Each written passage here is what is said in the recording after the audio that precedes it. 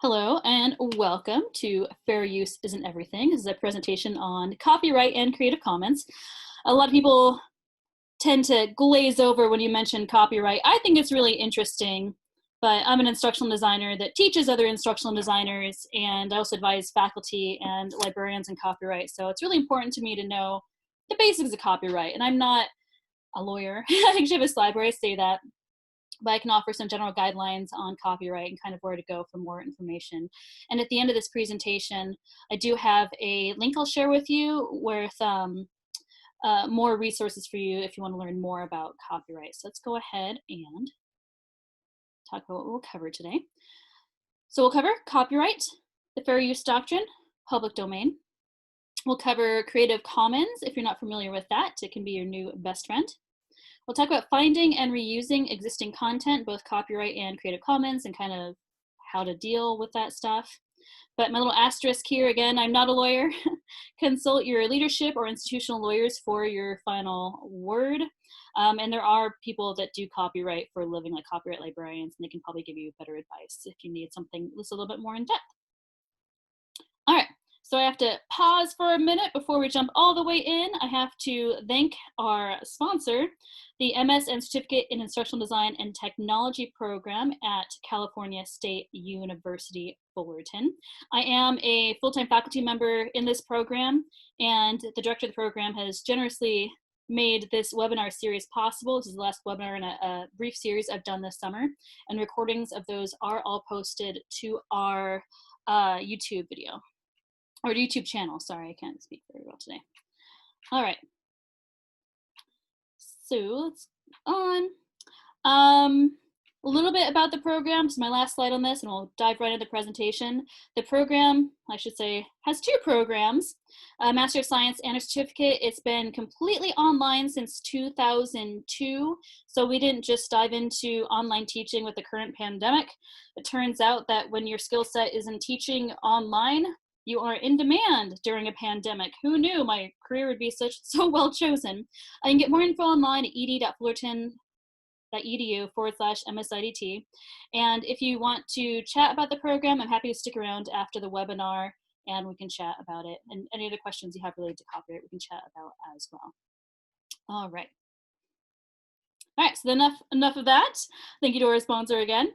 Let's dive into copyright, and let's start our conversation about copyright by discussing how Mickey Mouse destroyed the public domain. All right, so in the beginning of the United States, there was the Copyright Act of 1790. So originally, copyright duration was about 14 years, and it was renewable. And it used to be that you would have to actually register your copyright with the Copyright Office. That's not the case today. You just automatically own copyright, but there's different rules back then in the beginning. And you can see that the duration of copyright was relatively brief, right? And there were relatively minor changes over the many years since 1790. Copyright duration did increase to 28 years. There was longer renewal durations as well. And the idea was that once copyright expired, works would enter the public domain. The copyright law in the United States was kind of designed to foster a really robust public domain. You're allowed to have enough time to profit from your work, but the hope was that the rest of the country and everyone else in the world would be able to benefit from your work as well by having it enter public domain. So it's supposed to be this really robust society where we could exchange ideas, use each other's works, and build on what everyone else was creating as well, right? A really rich community of creators that could work together because of short copyrighted terms. But Mickey Mouse came on the scene. He was first around in 1928 in the short Steamboat Willie, and when he was created in 1928, his expected copyright expiration, with the renewal included, was 1984. So in 1928, they would have had to register him with the Copyright Office in the short Steamboat Willie, and then they would have renewed that copyright at the Copyright Office so that he was supposed to expire in 1984. As you can probably guess where this story is going, he's very much still copyrighted, and let's see why. In a really interesting set of coincidences here. Every time Mickey Mouse is about to expire, copyright law in the United States changes. So you see right here on this gray bar, that was when Mickey Mouse was created, and his copyright was supposed to expire in 1984, but then right before he went to expire, copyright law changed and became longer. Then again, he was supposed to expire around, I don't know, 2000 or so, and once again, he got bumped up, and his copyright was supposed to expire. So you can see, once again, his copyright is supposed to expire 2023, I believe, and from this chart, you can probably guess what's going to happen again. So you can see that Disney has had an incredible influence on the United States copyright law. They are terrified of losing Mickey as a copyrighted trademark for theirs. So current law, for works created on or after January 1st, 1978, copyright lasts life of the author plus 70 years. This is a far, far cry from the 14 years in the original 1790 law. For corporate works, it's even longer. It's 95 years from the year of first publication, or 120 years from the year of creation, whichever expires first. So again, this is what Disney was hoping for and what they achieved with Mickey Mouse. And this is from the Sonny Bono Copyright Term Extension Act of 1998. So again, these laws keep changing and it keeps getting longer. So now Mickey is going to be around until 2023, copyrighted at least. And there's more to the whole Mickey Mouse copyright story. And there's different ways Disney could still protect Mickey as a copyrighted item without having the full copyright, but we don't have time for that today. I just think it's totally fascinating that our copyright law has basically been dictated by Mickey Mouse. And if you want more on this, there's a really wonderful Adam Ruins Everything video on Mickey Mouse and how he's ruined the public domain. I think I've got that in my list of links for you at the end of this presentation. All right. So let's go ahead and dive into copyright, what it is and what it isn't and what it can do for you. If you have questions as we go through, I've got everyone muted in this, but you're welcome to use the chat box. And again, anything you put in the chat box only goes to me because I have the meeting pretty locked down, but I want to make sure I answer your questions as we go through. So please feel free to pop those in, or if you have comments, pop those in as well. So let's dive into copyright. So copyright, you can kind of see what copyright is in the word copyright itself. It is, at its essence, the right to make copies of your own work, the right to distribute and sell copies of your own work. Current copyright law in the United States is that anything you create, you automatically have the copyright to. You own that copyright. And you saw from the current laws, it's your life plus 70 years, whatever you create, unless you're creating something for an institution and they have their own rules on what you create for them, anything you create personally is going to be copyrighted for your life plus 70 years. So if you have children and they become very old and gray, they can inherit the copyright from the things that you created in your lifetime. It is potentially their children after that as well, if your estate just keeps getting passed down. So again, you automatically own this. You don't have to register with any copyright office. You own copyright to your work, and that also means that you have the right to waive copyright to your work if you want to, which is where Creative Commons will come in. Okay, so in contrast, public domain is any work that is not copyrighted or has copyright waived for it. So you own copyright to your works automatically. You have the right to waive copyright to your works. And so if someone waives copyright to their works, or if copyright has completely expired on something, it means that it has entered the public domain. When something's in the public domain, anyone could do anything they want with it without giving credit, without paying licensing fees, whatever. So the public domain is a really wonderful place to get materials from. And again, the original intent of the copyright law in the United States was to foster a really rich public domain, a really wonderful place where people could get all kinds of stuff to reuse and build upon for their own works. And as you can see, of course, that's suffered a little bit with current copyright law. Okay, so enter fair use. In between copyright and public domain is kind of this gray area called fair use, or the fair use doctrine. Fair use is the idea that there are specific instances in which you can reuse and adapt copyrighted works without paying any licensing fees to the creator of that copyrighted work. Obviously, a lot of you are probably educators, and there are instances in which you can, use something for commenting on or educating your students or using in class without paying licensing fees for that. We'll get into this a little bit more in depth, but this is a set of kind of guidelines. And what's iffy about fair use is it's not set in stone what can or can't be reused as far as copyrighted works go. So we'll talk a little bit more about that in just a moment. But there are several myths related to fair use, and hopefully I don't shock anyone with any of these myths here. Some of those myths include you can use up to 10% of a text without paying licensing. I hear this one a lot since I work at a public university, a very large public university.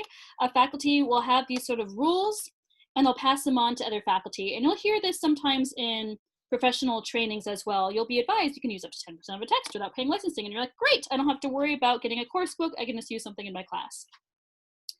This next one I actually heard from my husband in his broadcast journalism program.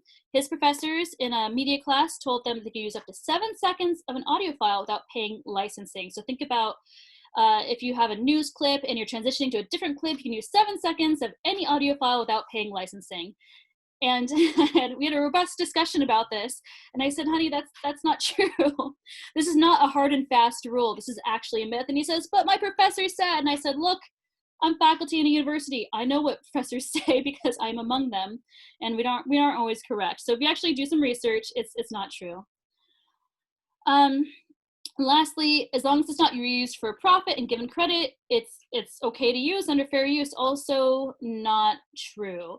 What is and isn't considered fair use can actually depend on what the copyright holder thinks is fair or not, and whether or not they want to take you to court or not.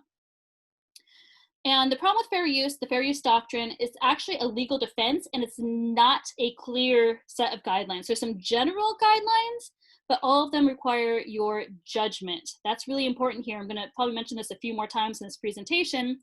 Above all, whether or not something can be used under fair use requires your judgment. And when you're a busy educator and you need to put together something for a course, especially right now when everything has to go online stat, this is a really tricky area, because especially if you're putting something online, it's more likely to be a copyright issue than if you're just making handouts for a class, for example. So if you had some sort of book and you made copies of a chapter for your class, like no one's ever going to know you made copies of that chapter for your class, right? Because it's all on paper.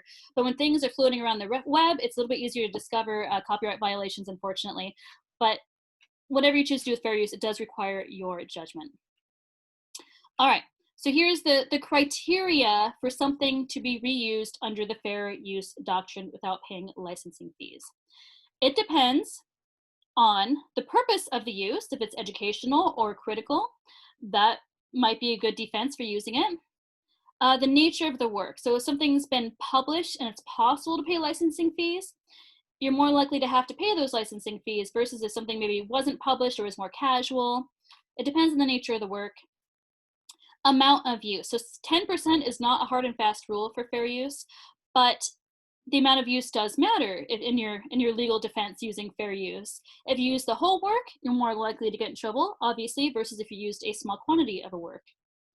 And effect of use. If something is going to have a big effect on sales, say for example, you made a copy of a textbook, the entire textbook for your entire class, and you gave everyone that textbook, obviously that's going to have an effect on sales. That's not going to fly as a legal defense, versus if you made a copy of a couple of pages and passed those out, you would probably be fine. But again, it really does depend on your judgment in the end. So for example, I'm using Mickey Mouse in this presentation. Obviously, he is copyrighted, trademarked, all that good stuff under Disney. However, I believe I'm unlikely to be sued, and I would have a solid defense under the fair use doctrine because the purpose of my use. I'm using him for educational purposes, and I'm using him for critical purposes. I'm giving him as an example of kind of what can go awry in United States copyright law thanks to Mickey Mouse. So I'm not cutting into sales here. No one's going to tune into my presentation on copyright to see Mickey Mouse. So no one's going to lose any money over me using Mickey Mouse in my presentation. So this is an example of something that is pretty clearly going to fall under the fair use doctrine as far as a legal defense goes. All right, so I'll pause here for a moment, pop in any questions you have, if you've heard any other rules, let me know about those. All right, so one question in the comments. Purpose of use, does it matter if there is text, like one page of a journal article? One page of a journal article, you'd probably be fine. I'm not sure what you mean by doesn't matter if there is text. Do you mean like versus like a title page, or versus an image perhaps? Versus an image. Well, both would be potentially copyrighted. So the format, whether it's like text or an image, doesn't necessarily matter when it comes to the fair use doctrine itself. If overall you're using a small quantity of a work, like one page of journal article, I mean, I think you'd be fine. And a lot of the time you can just link that journal article from the library anyways, and you'd be fine with that. If you have further questions, please let me know. Anyone else have questions or have heard any other fair use rules? I'm always curious to hear what you've heard about fair use and how it works. Because again, in universities, especially in places where people teach, there tends to be a lot of things that float around, because we all really want really clear guidelines on what we can and can't use. And unfortunately, I'm here to tell you all that there are no hard and fast guidelines, but there are a set of criteria that you can use to decide whether or not you would want to reuse something in your class and you think it would be a fair reuse of it. All right, so go ahead and keep those comments and questions coming. Oh, here's one. Some faculty, it's heard it's okay to post whole videos, etc. on Canvas if restricted to their class. Yeah, I've heard that too. So in universities, you have your learning management system and your courses are locked down, right? Only students have access that are in your class, and you as the instructor, of course, have access. So no one's going to know if you're kind of lightly abusing copyright of something you're posting to your class. So when it comes to copyright, again, it requires your judgment and also requires your own sort of like comfort with risk. I mean, if you post something to a password protected class, like probably no one's going to know that you're using something that you're supposed to be paying licensing for, but it's kind of up to you. So I mean, we all live in the real world, and you got to do what you got to do sometimes. And maybe you want to pay licensing for something, but you can't figure out who owns it. So maybe you're just going to reuse it. And that could be a fair defense under fair use as well, is if you can't actually figure out who owns the copyright and you would pay licensing, but you don't even know who to pay it to. Let me see if there's any more comments here. Question, how can fair use be applied on images instructors want to use for class? Same criteria applies, whether it's text or images or movies that you want to use for class.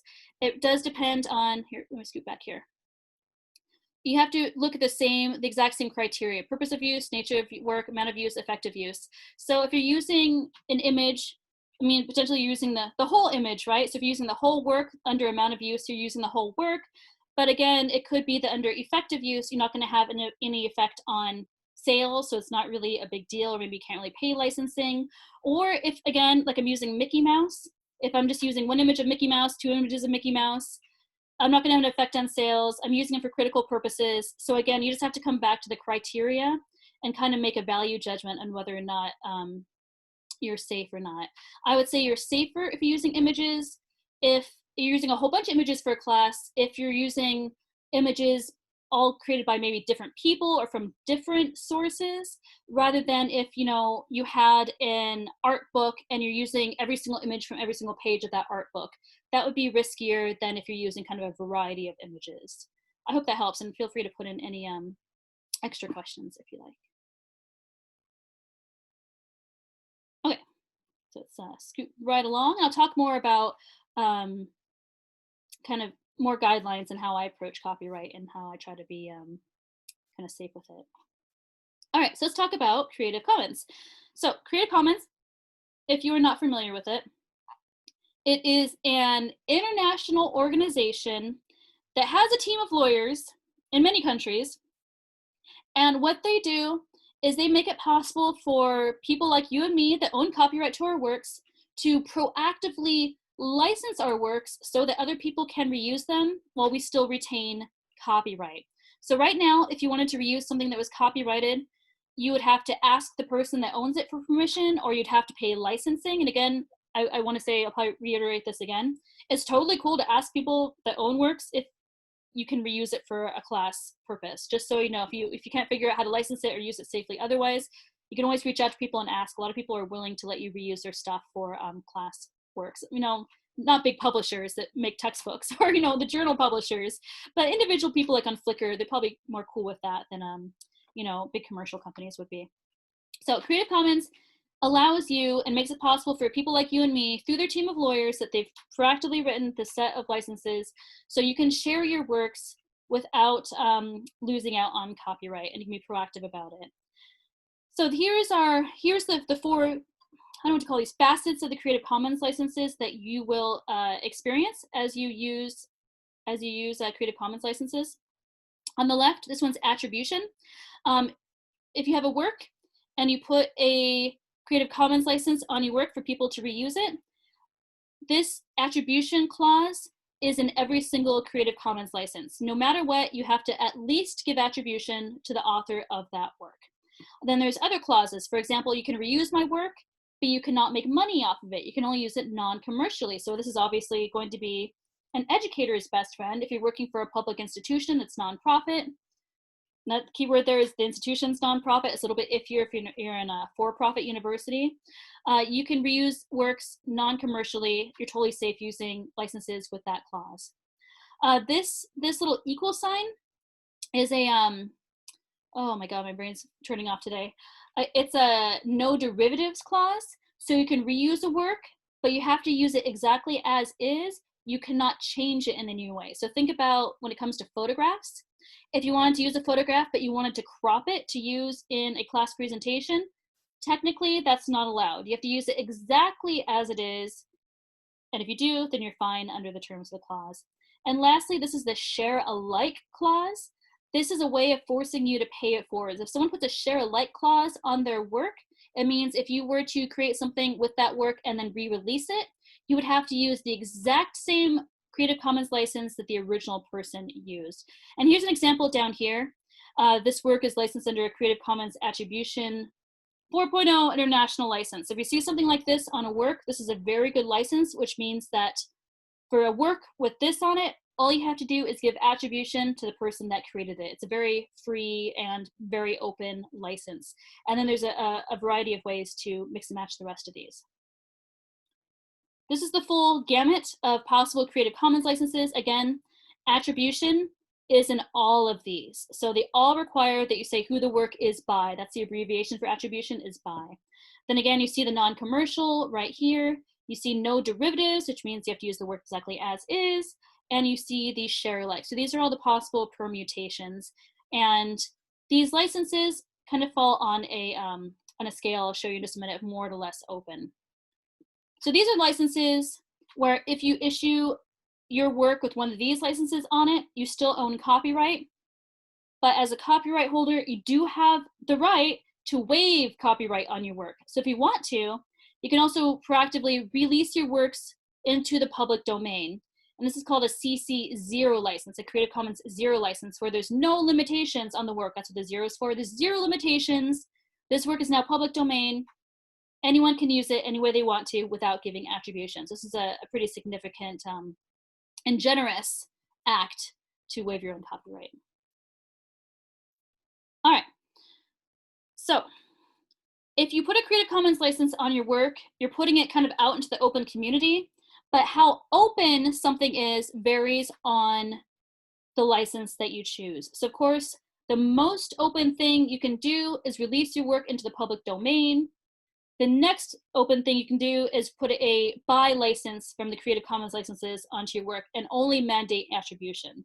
So I think a lot of people kind of fall into this kind of sweet spot right here, where I think it's fair that you own something, you have the copyright to it, and you put the buy license onto your work, mandating that people give you credit for your work. They can still use it however they want, but they have to give you credit. So that's kind of a good sweet spot, that you still get credit for your work, which I think is important to pretty much all of us. If you put a lot of work into something, you want credit for it, and you still own the copyright to the work. So you can always choose to stop releasing your work wherever you have it posted on the internet, but whoever already has it, no matter what license you choose, can continue using it. So just keep that in mind too, that once you open up Pandora's box, your work will pretty much float around out there forever for people to reuse. You can't stop people from reusing it once they're already reusing it, but you can choose, of course, to take it down and stop letting new copies be made from your own original work.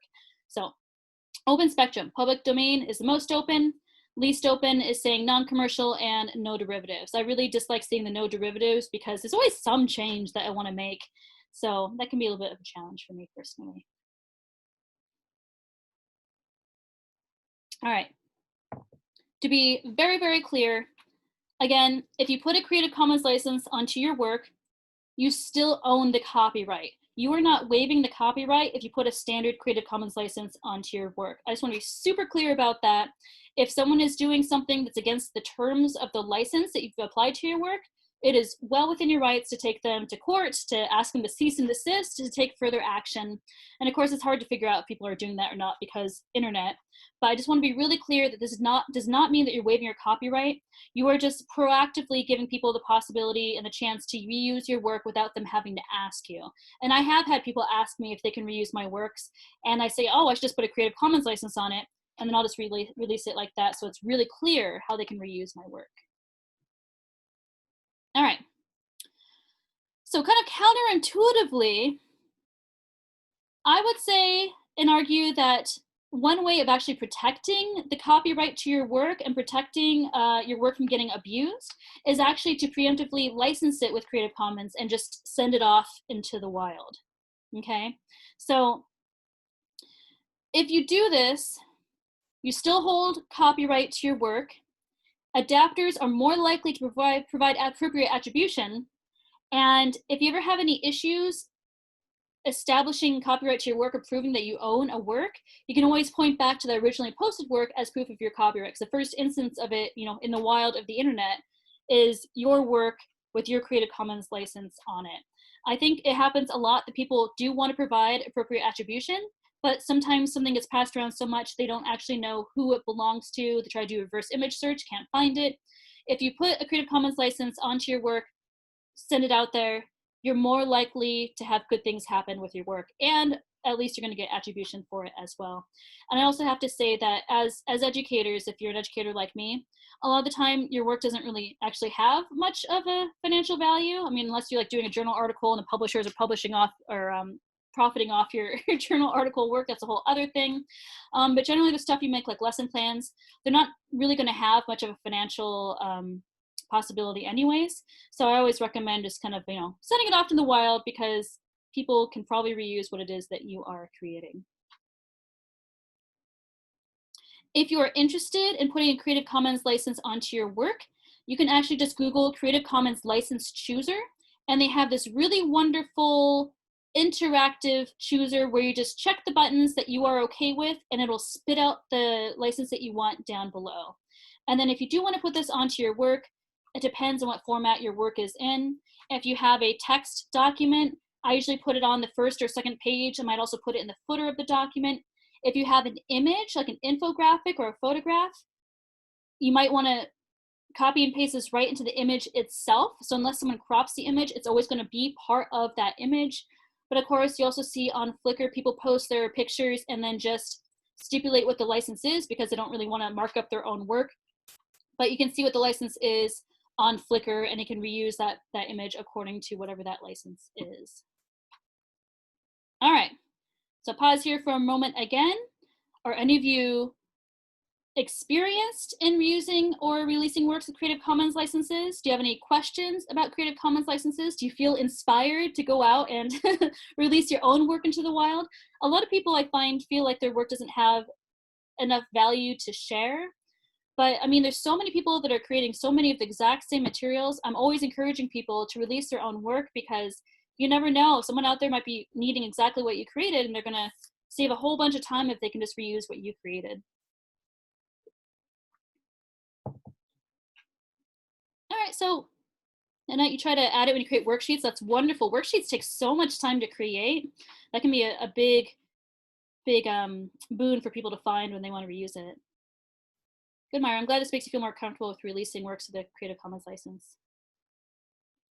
Oh, no, when worksheets that you care about. Yeah, I totally understand. Yeah, I don't I don't put anything out into the wild that's sort of like half-baked, right? If I'm really proud of a work, I'll put it out with the Creative Commons license, but I always want it to be really polished because I can be kind of a perfectionist.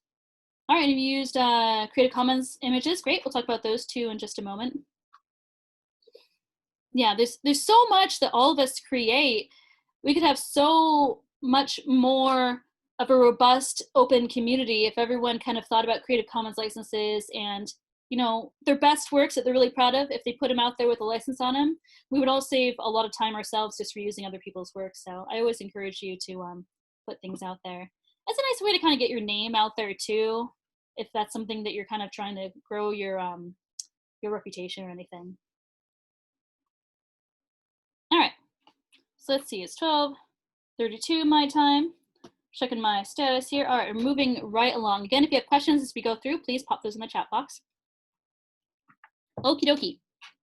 So let's talk about finding and reusing open content. So I've probably scared you a little bit when it comes to copyright and fair use, but there's good news. There's a ton of really wonderful open content out there for you to find and reuse, and I'll go over the guidelines on how to find and reuse it.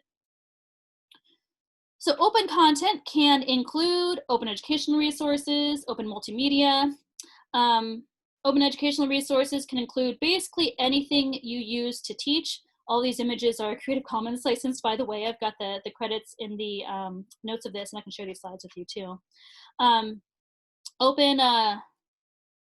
I thought my next slide was going to be open media, and it's not. As an instructional designer and as an educator, I'm always interested in finding things to use for classes, and I'm also interested in finding things to reuse in like tutorials that I create as far as open media goes. So a wide range of items you can use as far as educational resources for classes.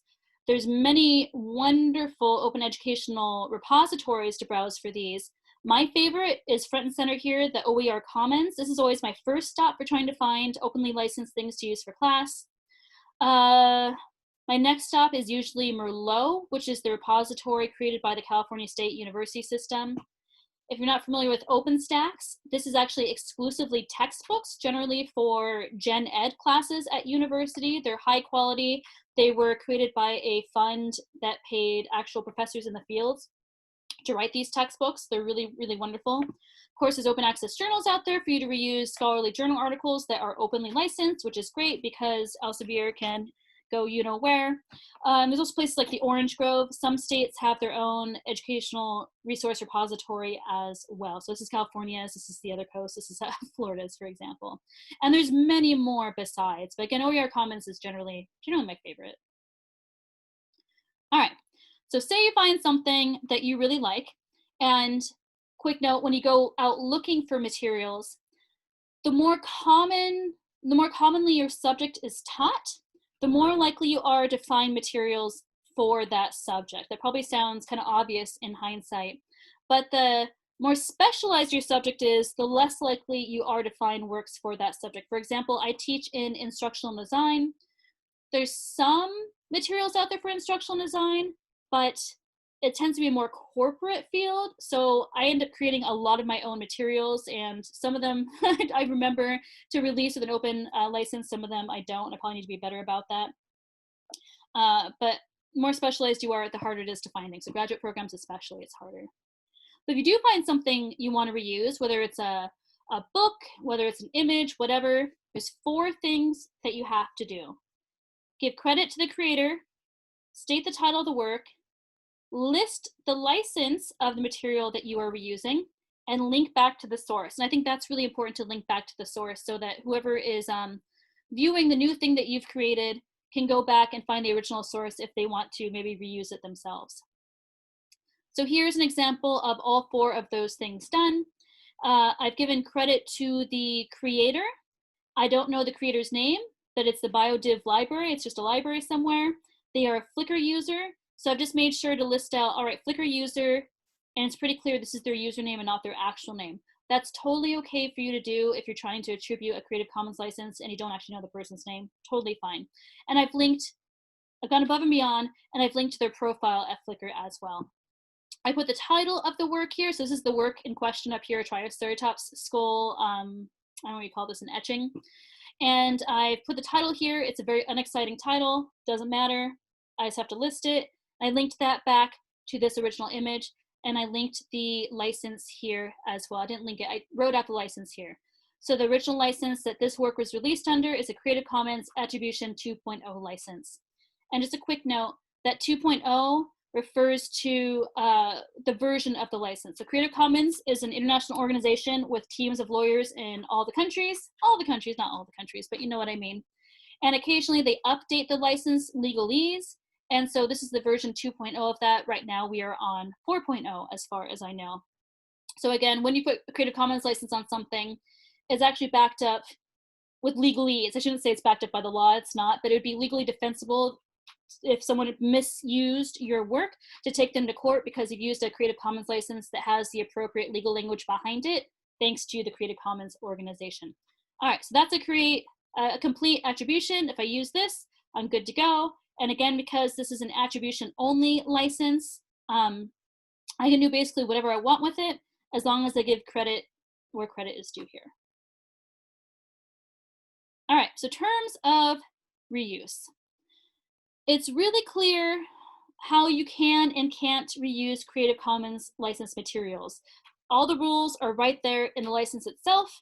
If you have questions, because of course it can be a little bit more complex than that when it comes to no derivatives or to share alike, there's lots of resources online for you to pursue.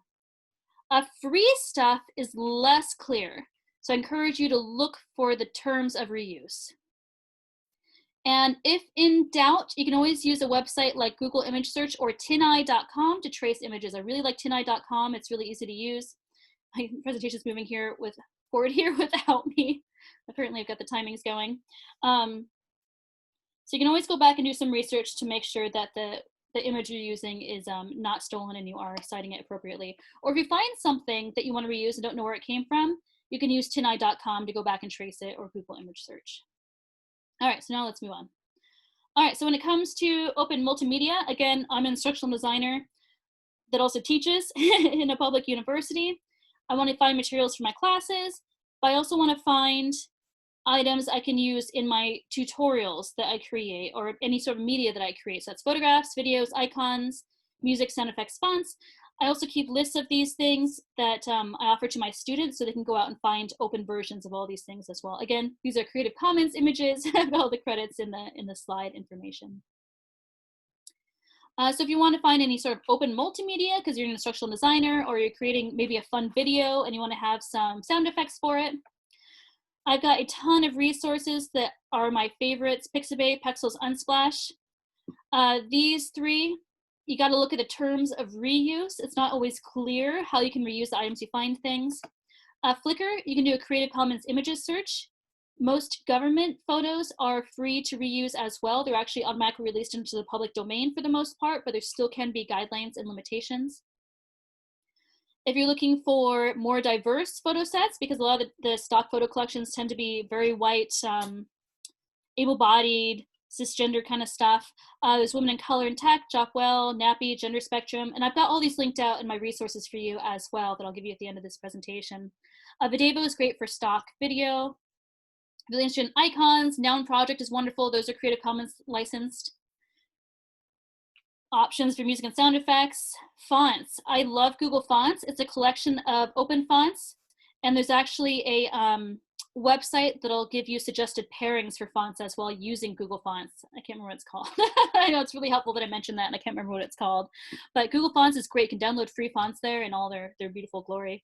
I have links to all these in my instructional design toolkit. It's lindsay-o'neill.com/ID toolkit. I have a whole list of open multimedia and some other stuff in there as well.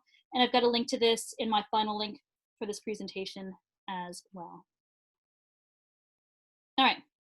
So I mentioned that Pixabay, it can be kind of tricky sometimes with these free sites to actually determine how I can or can't reuse their images. Pixabay, a lot of their images are CC0. Remember, that means that these have been released into public domain. This is very, very clear. Sites like this can be a little bit trickier. The Women of Color in Tech photos are available under Creative Commons Attribution license, but they have a very specific way that they want you to give attribution. they want you to use the hashtag WOC in tech or WOC in techchat.com. So it is a Creative Commons license. You can see the little thing down here on Flickr, but they have a very specific way that they want to be attributed. So keep an eye out for some of those things. Make sure that you're giving credit the way they want credit to be given. The Jopwell collection, that's another collection of stock images. They don't use Creative Commons or another kind of licensing. They just have a guideline on how they want you to give credit. So they want you to give a visible attribute to jopwell.com or Jopwell. So they got their little kind of example down here, Jopwell. Again, you got to kind of look out and see how they want you to reuse this stuff. If you're attributing free but not open, because these don't actually necessarily have a Creative Commons license on them, follow the guidelines set by the creator. Again, credit the creator, state the title of the work, list the copyright status because we don't have an open license, and link back to the source, okay? So basically it's the same process, but instead of linking or listing the Creative Commons license, you're just going to link back or share the copyright status and link back to the source.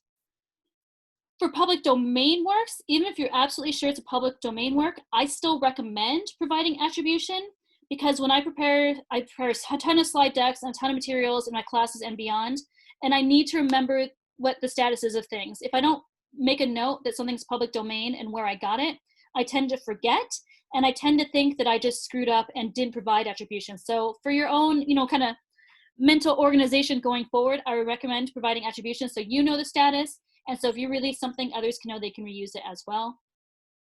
Most government-produced multimedia is copyright free in the public domain, but look for terms of use. For example, NASA has many, many wonderful photographs, but they have very specific ways that they want you to cite it. And they actually have this whole page telling you how you can and can't do it. So news outlets, schools, and textbook authors can use NASA content without needing explicit permission, which is wonderful. I still recommend making a note to yourself where you got it so you don't forget. All right, so best practices for copyrighted material. So again, some things, you feel comfortable using something that's copyrighted.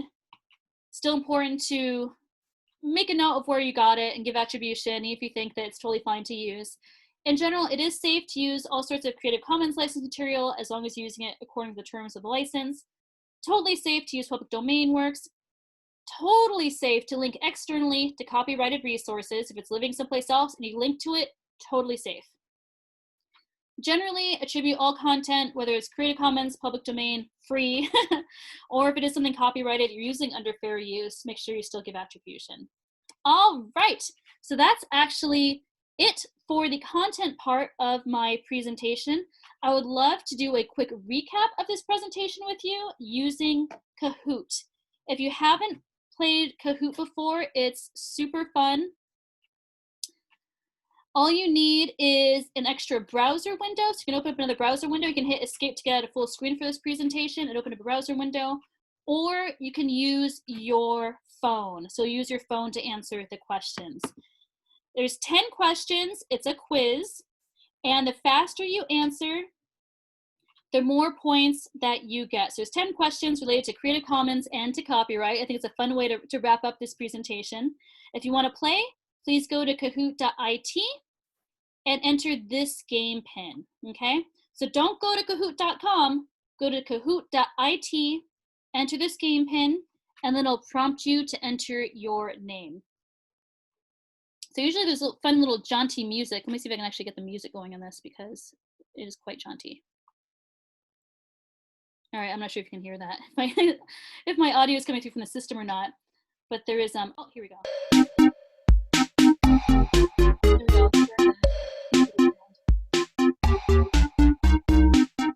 There's music that goes along with relatively small with the copyright.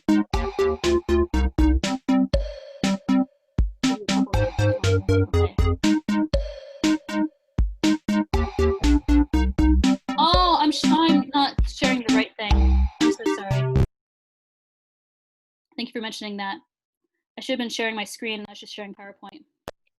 All right, there it is. I'm sorry. Thank you for mentioning that in the chat. This is why I have another computer set up too, so I can see my own presentation, make sure it's going correctly and it's not focusing well.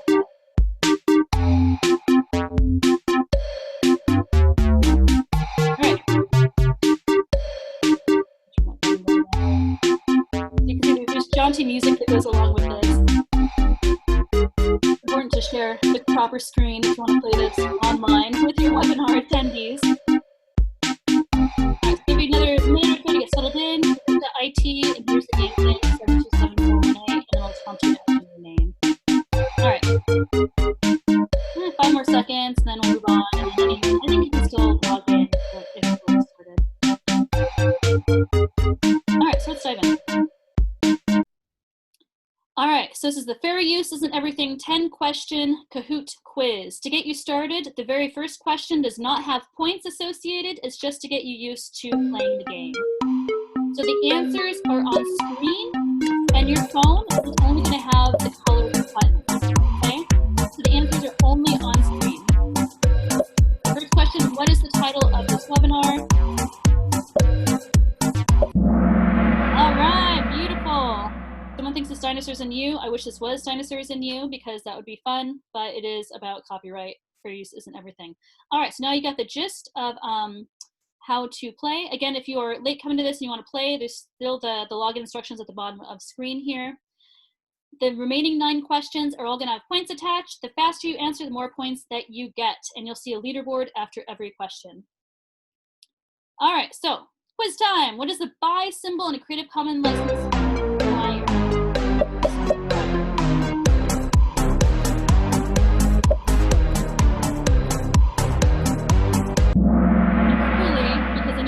Limited. I have the questions limited to 10 seconds to answer, so you gotta have really fast fingers. But yes, you got it. The buy license mandates that you attribute the creator. Here we go. MAT is in the lead. Or maybe that's Matt and just in all caps. I don't know. All right, what is the SA symbol required?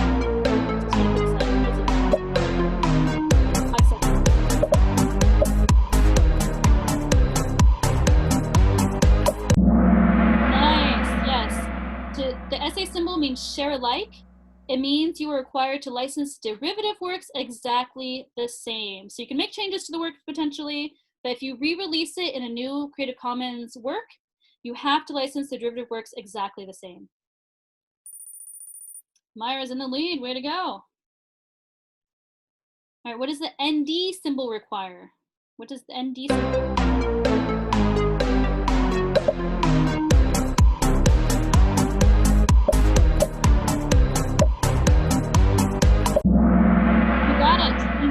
Derivatives. It means, for example, if you have a photograph, you can't change that photograph. You can't change the color. You can't crop it. You have to use it exactly as is. It's a less open Creative Commons license.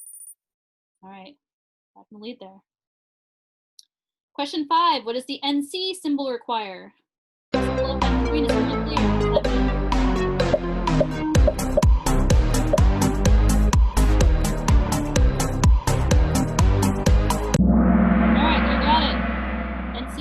Non-commercial. You can only reuse it non-commercially. Got some fast fingers there. Question 6, what do all licenses require? You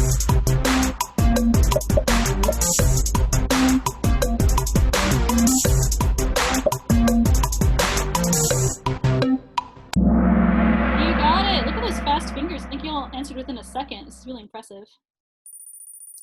All right, still in the lead. Question 7, what does CC0 indicate?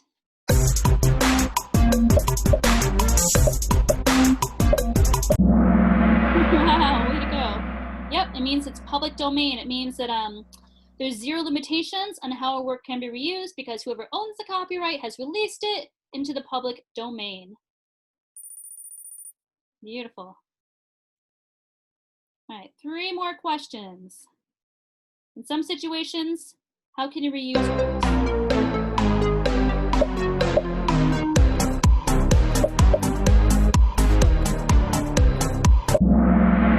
Got it.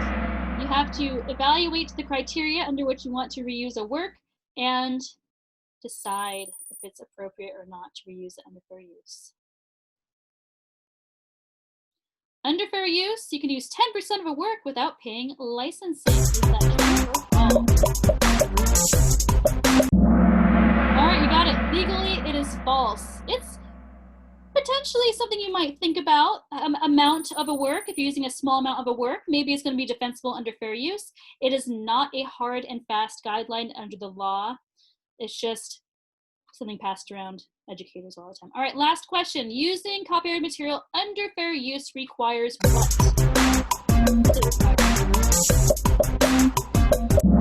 Your judgment. Yeah, it's like over and over and over again. It requires your judgment. And you can ask people at your school too or your institution. Here is the final podium. Third place, we have AC. Great work, AC. Second place, Net or NLT. Number 1. All right, beautiful. Thank you so much for playing along with me. That was silly but fun game. Go ahead and mute that and head on back to my PowerPoint. So thanks for and I'm glad you enjoyed the game. It's ridiculous, but people love it. Yeah, all ages. Kahoot is wonderful. It's good for starting presentations. It's great for ending presentations. Hopefully give you some energy to kick off the rest of your Friday. But here's my quick wrap-up slide. Creators automatically hold copyright. I can't speak at this point in the day. Hold copyright. It's great and easy and wonderful to reuse Creative Commons works. Public domain works are always safe to use however you want. I still recommend providing attribution so you're not like me and forget where you got something if it's cool to use or not. In general, link to works if you can rather than copying or pasting. If in doubt, don't use it or use your judgment. All right. I actually didn't link the slides here. I'll put the slides into the chat here. If you want the slides, I'll put them into the chat. Otherwise, go to lonepinelearning.com/copyright. I have a list of resources for you there, including a really fun Adam Ruins Everything video on Mickey Mouse. Again, that link is down here below, lonepinelearning.com/copyright. If you are interested in chatting about the MS and Certificate in Instructional Design Technology program, I'm happy to chat with you about that. Thank you again to our wonderful sponsor for making the summer webinar series possible. This is going to be recorded and posted to YouTube, so that'll be up shortly. And then let me go ahead and share the slides. So if you want the slides, they are now in the chat box.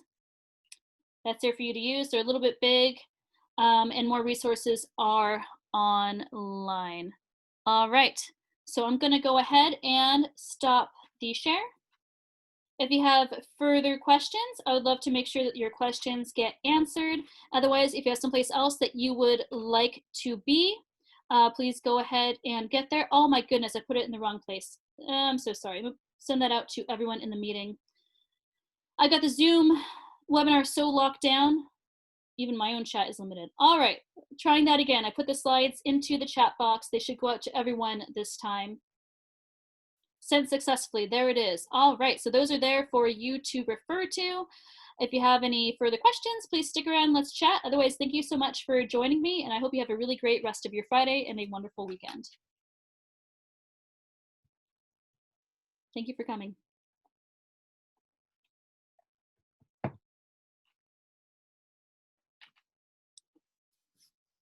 Great, thank you, Myra. Thank you for coming. Thanks, Annette.